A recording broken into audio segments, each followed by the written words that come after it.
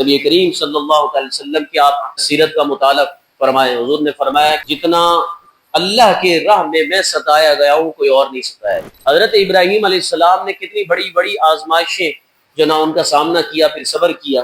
اسی طرح حضرت یعقوب علیہ السلام کی آزمائش اور دیگر انبیاء کی، پھر انبیاء کے بعد صحابہ تابعین کی۔ بعض اوقات ایسے بھی ہیں صحابہ پر کہ دو بندے ایک کھجور پر گزارا کر رہے ہیں، دو بندے ایک کھجور کھا کے گزارا کر رہے ہیں۔ ایک کھجور کو آدھا آدھا کرو، ذرا تصور کریں کہ کیا ہوتا ہے۔ یہاں دو روٹیاں بندہ کھا جاتا، کہتا کچھ بنا نہیں۔ پھر حضرت امام علی مقام امام حسین کا کیا آسان ہے کہ اپنے کندھوں پر اپنے بیٹوں کی، اپنے بھانجوں کی، اپنے بھتیجوں کی، اپنے رشتہ داروں کی لاشیں اٹھا اٹھا کر بندہ لا رہا ہے، اور پھر بھی اس کی ہمت اور استقامت دیکھیں، ذرہ برابر بھی جو ہے نا وہ پاؤں لڑکھڑاتے نہیں ہیں۔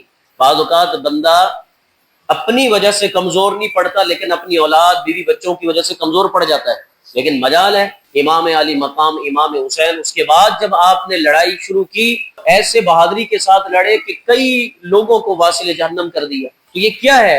اللہ نے ان کو بتایا کہ جو میں جانتا ہوں وہ تم نہیں جانتے، میرے بندوں میں اس طرح کے لوگ بھی ہوں گے۔